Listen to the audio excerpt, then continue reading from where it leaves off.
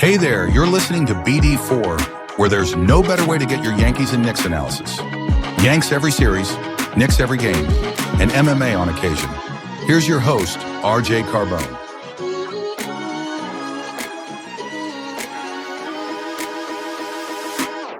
And a high drive into left center field. Stanley's going to watch another one fly. Are you kidding me? DiVincenzo a three. Bang! Bang!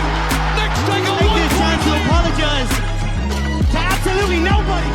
At the wall. See ya! See ya! See ya! Mr. No Good. Anthony for three. Bang!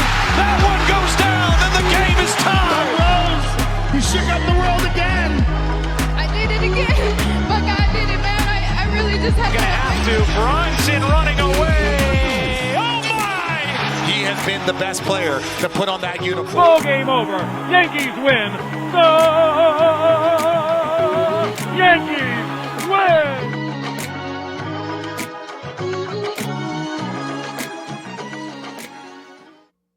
Well, we officially have ourselves a series, folks. It's a series. Gotta make sure my Siri didn't just go off there. Yeah, that was tough. Last night was brutal as brutal could get. The Knicks came out of the gate entitled, unserious, and it didn't look like they came out of the gate like a team that was down 3-1, which is the way you're supposed to come out of the gate when you're up 3-1. Boston came out of the gate exactly how they were supposed to, and they finished. Well, you know what? They started slow.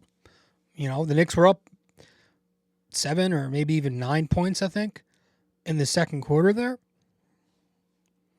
Cat went on a bit of a run, but after that, this was all Celtics. And the Knicks put together a performance that hopefully, we can all forget in less than 24 hours. But at the same time, there's a chance that it's a performance we think about for the rest of our lives if the Knicks, God forbid, don't finish this thing off. My voice is almost gone because I was screaming and yelling at that game. It was the most frustrating experience of the year.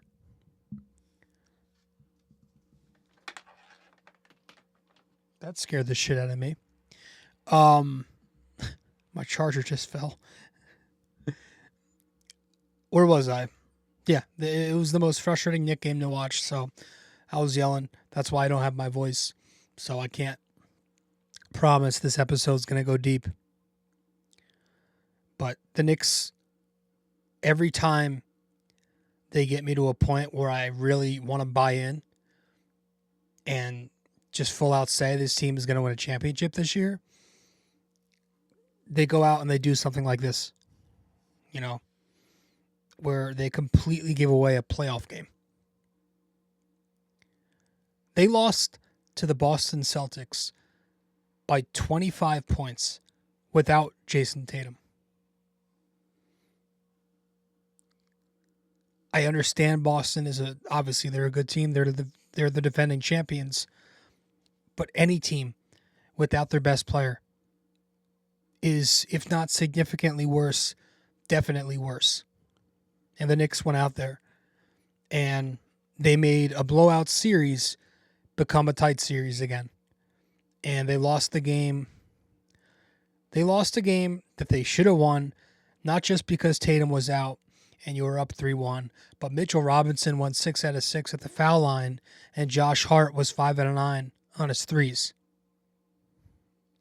But you lose this game 127-102 at Toronto Dominion Bank last night. And again, I do apologize. I don't have a voice, but maybe that's for the best because I really don't want to go too deep into this episode. Where do we start? Thought the Knicks defense was atrocious. And this time around, unlike in Game 3, the Knicks kept their coverage. They kept switching everything. But for the entire night, they were lost and they were confused on their switches. Some real tough switches. As in, like, the Boston Celtics were running actions that it's tough to nail down if you're the Knicks. But if you want to beat this team, you're going to have to clean that stuff up before Friday, tomorrow. I mean, they were picking on Jalen Brunson off switches. They were just being very aggressive when they got their switch, and it threw the Knicks off completely. No matter what pick and roll duo it was defensively for the Knicks in the action, didn't matter. The Knicks were getting torched. Nobody played good defense last night. A Boston Celtics team without Jason Tatum, kind of like the Knicks without Brunson at the end of the regular season, were forced into playing an egalitarian form of offense where they had to share the ball. They were flowing one action to the next action, driving off that, which would force a rotation off of a rotation. They were forcing the Knicks into overhelping on switches, which led to rotations and scrambles. And then when the Knicks didn't send help, I thought the Celtics did a really good job of, again, being aggressive on those switches and drawing contact when they got the matchup advantage. Towns had 4 fouls. His second and third fouls of the game were the epitome of his stupidity. OG had 3 fouls. Cam Payne had 3 fouls in 5 minutes. It's time to sit him. So you should either go just 7 deep, just play more Brunson, or use DeLon Wright as that 7.5 man in the first half. But the Cam Payne thing's got to be done. Because if he's not giving you anything offensively, and he's not, the defense it's not there. Brunson fouled out. He had 5 fouls in the third quarter alone. That's right. 1, 2, 3, 4, 5 times fouling in the third. The Celtics took 18 free throw attempts in the third quarter alone. Punishing switches. Switch beater after switch beater in their actions. Ghost screen actions. Spain pick and roll. Short rolls. Slip screens. Double drags. All of it led to a ton of open three-point looks off the pop, off the catch. And I have plenty of examples here that I took down on my notes. I want to read these off. And maybe when I post the promo, when I post these clips, I like to clip certain segments of this show on Instagram. I'll clip it with the video so it can match up with the notes here that we're about to read off of. But a number of actions where the Knicks just got bitched apart. Late in the first quarter, Boston runs Spain pick and roll. It's when you bring a back screener in, so you have a second screener. Awful coverage. They somehow messed it up to a point where they put 3 on the ball. So now Cornette's open on the short roll, and Brown's wide open on the weak side corner for an open 3. Because on a Spain pick and roll, the Knicks just decided, hey, let's just all double off the ball screen. Brown is wide open for a good 5 minutes, just stands there, sets his feet. Nobody closes to him, knocks down a 3. Late in the second quarter, Peyton Pritchard ghost screen. Deuce and Mitch don't switch it, so it leads to an open pick and pop 3 for Pritchard. Top of the third quarter, the Knicks were, really all throughout the game, annihilated in transition. Top 3, Boston's in transition. You have Josh Hart, as Boston's running into the half court, helps to Jalen Brunson because Brunson's on Horford. He's got that mismatch. But because Hart helps to Brunson, Derek White's unmarked, knocks down an open 3 in transition. You don't need to be sending help there because it's one of two options, and they're pretty clear. You either, you leave Boston's hottest shooter and Derek White open for a transition three, or you let Horford post Brunson from the 3-point line because you live with that. So you can't let Derek White, who's been torching it these last couple of nights, just get an open look there on the break. So that was a mishap. Another possession top of the third quarter. You get a Boston Celtics ghost slip. Ends up where just Drew Holiday's bullying his way to the basket on Jalen. Nothing you can really do about that one. You don't want to send help. It's something you got to live with. Middle of the third quarter. Boston with another ghost screen. OG and Josh Hart. No switch on the slip. They both blitz the ball. So Hauser now gets open for a pick and pop three. Late in the third quarter, you get a Drew Holiday, Sam Hauser, DHO give and go. Don't know what the name of the action is, but it was a handoff. OG and Brunson. There's no switch on the slip. They both blitz the ball off the handoff. So now Drew Holiday gets an open basket off the short roll. About 1 minute later, you get the same exact action between Cornette and Hauser. This time it's OG and Mitch. No switch on the slip. They both blitz the ball. Cornette gets an open basket off the short roll. That's how you beat a switch. Top of the fourth quarter, Hauser goes screen. Towns and Brunson both switch it. So because they both switched, Drew Holiday doesn't need to pass. He gets a wide open three, knocks it down. Middle of the fourth quarter, you get a Boston Celtic. I want to say this was a cross screen action. It was a screen in the middle of the floor, off ball screen. Towns and Brunson don't switch this one.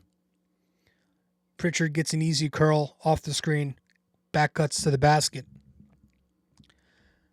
So they were picked apart. And again, these are not easy actions to switch. When you run slip screens and ghost screen actions, that's how you beat a switch. It's a switch beater. You're slipping before the Knicks can execute the switch. So it's a tough action to defend.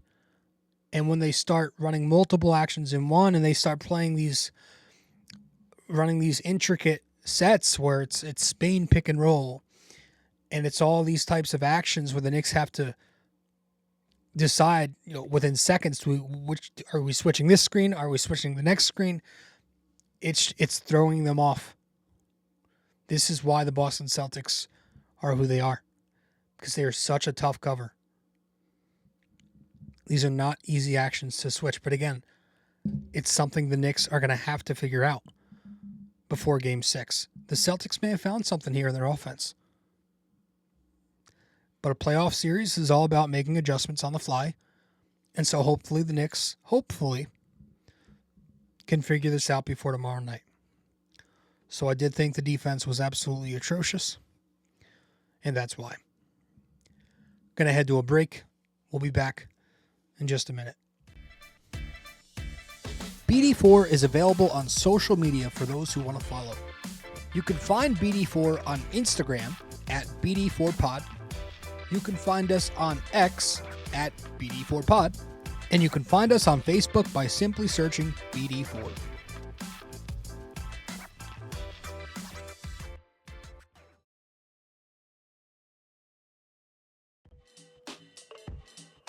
Hey guys, just a quick reminder, this podcast is also available in video format on YouTube. So be sure to go over to the YouTube channel, BD4, subscribe, like the videos, comment and tell me how much I suck or maybe how much you like the video. We'd very much appreciate it.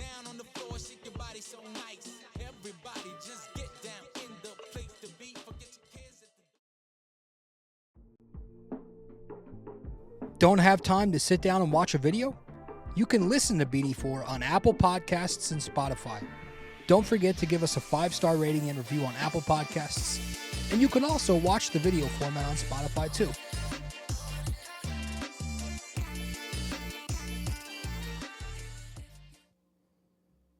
All right, welcome back to the show. Episode 865 of the podcast. The Knicks lose. They're embarrassed in Game 5, 127-102. Just a horrific performance. Just went over some of those defensive breakdowns. That third quarter was such an unserious stretch of basketball.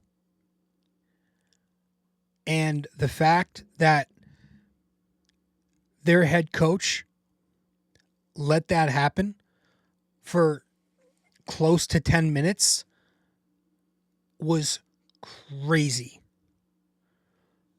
Now, this first unit, the specific starting five, we've talked about it all year on the show. This starting five has been, when you compare it to the Knicks' other rotations, it's been putrid relative to some of their other lineups. It's not a good starting five. In the third quarter last night, when the game completely slipped away, it was no different. And you saw all the returning issues that the starting five brings, where they were getting waxed defensively. Brunson and Towns on the floor at the same time were being hunted. And then offensively, because Josh Hart was out there the entire time, they were getting obliterated. Too slow. No space in the half court. Tom Thibodeau sat there and he watched all that happen, and he did not make a single substitution until there were 3 minutes and 17 seconds left in the period. Everyone was waiting for the Mitchell Robinson sub as Towns was embarrassing himself. Everyone was waiting for the Deuce McBride sub as Josh Hart was just destroying the Knicks half-court offense.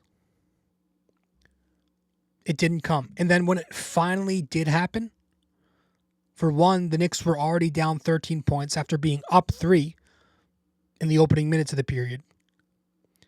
And two, he puts Mitch in for Cat. Yes, but he brings in Deuce over Mikal Bridges, and he keeps Josh Hart on the floor, who continued to destroy the Knicks' half-court spacing.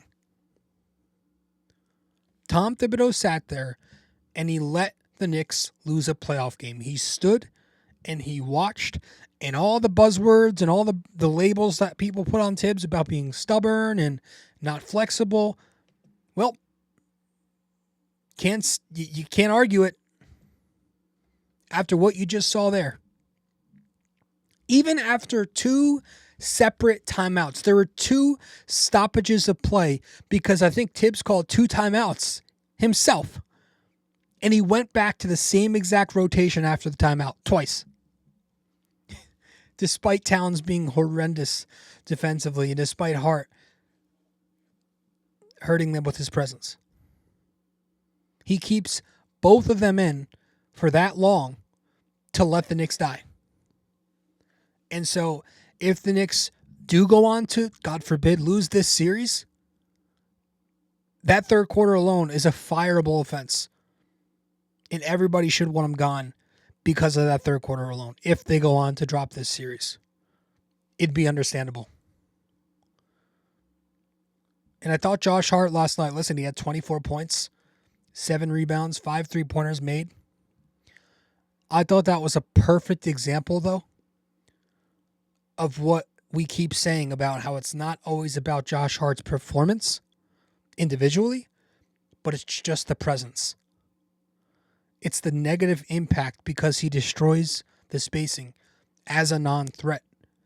And it makes life difficult for the 4 other Knicks to operate. Yes, he was putting up points, but he wasn't bringing good offense with him because he's never going to be respected as a spacer. Despite the 5 threes that he knocked down, despite the 9 attempts, didn't matter that he knocked down 5 because Boston continued to send help and they continued to pre-rotate off him with Kornet. And Kornet was able to roam and recover because he didn't have to worry about Josh Hart. There were plenty of examples. Boston actually had to put Drew Holiday on Towns last night instead of Tatum. It still didn't matter because Hart's man, often Kornet, would rotate to double the post.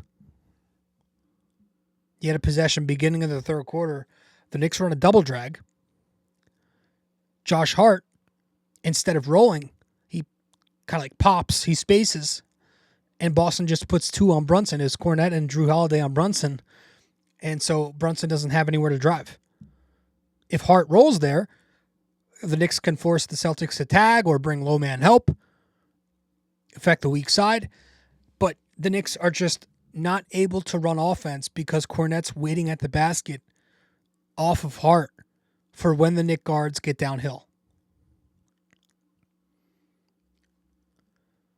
And it's tough because I love the guy. I just think there needs to be a limit on how often he's out there. And it's affecting other Knicks.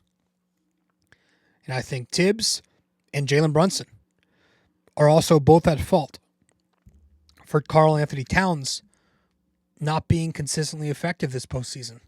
The lack of touches. People want to talk about Towns and how he's kind of wearing on them and he's not been consistent and then it's his fault. It's not all his fault. He's that, he gets some blame, but Thibs is not running actions for him. Brunson in the third quarter, watch him bullshitting around with the ball in his hand. Directionless offense. Thibs refusing to consistently run 5-out spacing so he can get the big back to Towns with Hart off the floor. There were even a ton of possessions last night where Al Horford was on Towns and the Knicks still didn't attack it. So yes, part of that's also on Towns too, right? There was a possession where Mitch Robinson was on the dunker spot. Towns chose not to space the floor. If Mitch is there, you've got a space. But he's just standing there right next to Drew Holiday. Space out. For an offense that runs the amount of freelance that they run, the spacing has to be there. But the Knicks are just not running anything for him.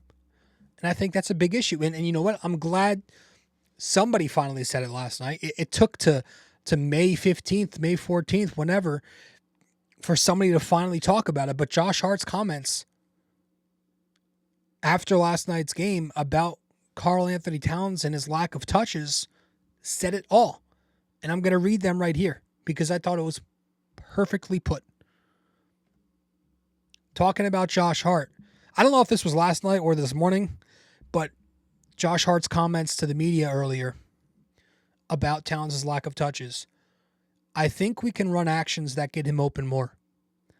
We're running a lot of ball screen actions, and they're in the drop. We can figure out ways to get him going, whether it's transition or flares or quick streak. Whether it's transition or flares or quick streak. It's right in front of me. You'd think I'd be able to read it. Let's try this again. And they're in a drop. We can figure out ways to get him going, whether it's transition or flares or quick screens. Ball screens into wides. We have to figure out ways to help him. Obviously, he's a hell of a shooter, but if he was a guard, we'd be in a different situation because he'd have the ball in his hands and be able to create for himself.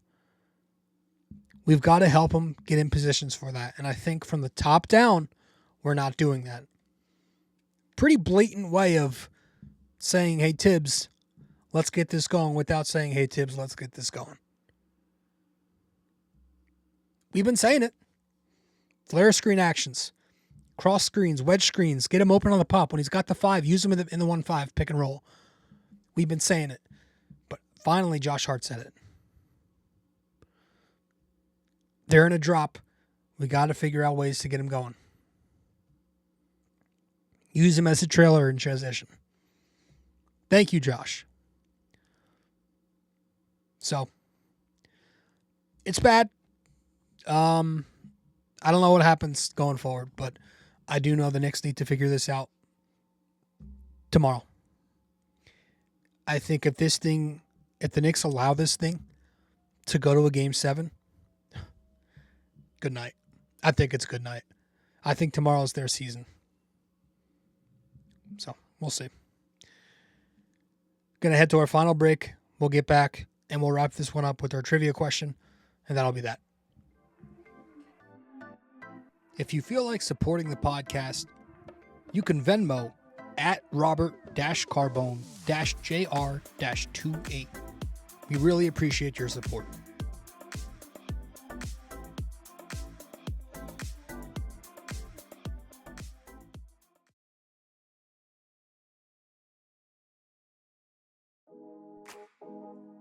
Do you enjoy Yankees baseball but are tired of hearing me yap?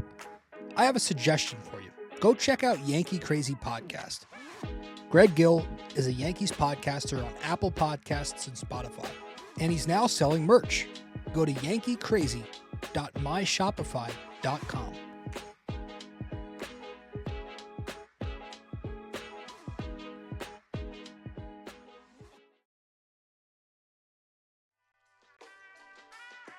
Stay connected with us. Visit BD4blog.com to explore our blog, tune in to our latest podcasts, and follow us on social media. Thank you for being a part of this community.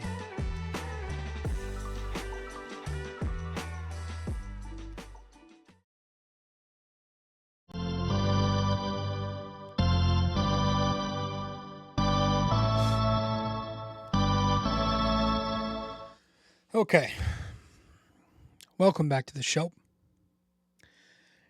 Episode 865 here of the podcast. We're going to wrap this one up here with our trivia. And in this episode, our trivia question. When the Knicks defeated the Celtics in the first round in 2013, how many games did it take them? All right. When the Knicks defeated the Celtics in the first round in 2013, how many games did it take? Let me know the answer where you can reach me. Appreciate it. Very much do, always do. And tough loss. But I still hate that city of Boston. And as much as it would have been fun to absolutely send them home packing on their own fake home floor, we could do it at the actual Garden. So hopefully that's the case. See you all soon. Appreciate it. Later.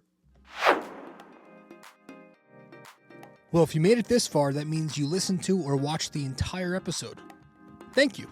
Just remember to follow, subscribe, download, rate and review, and all that fun stuff to help out the podcast. And I will see you in the next episode of BD4.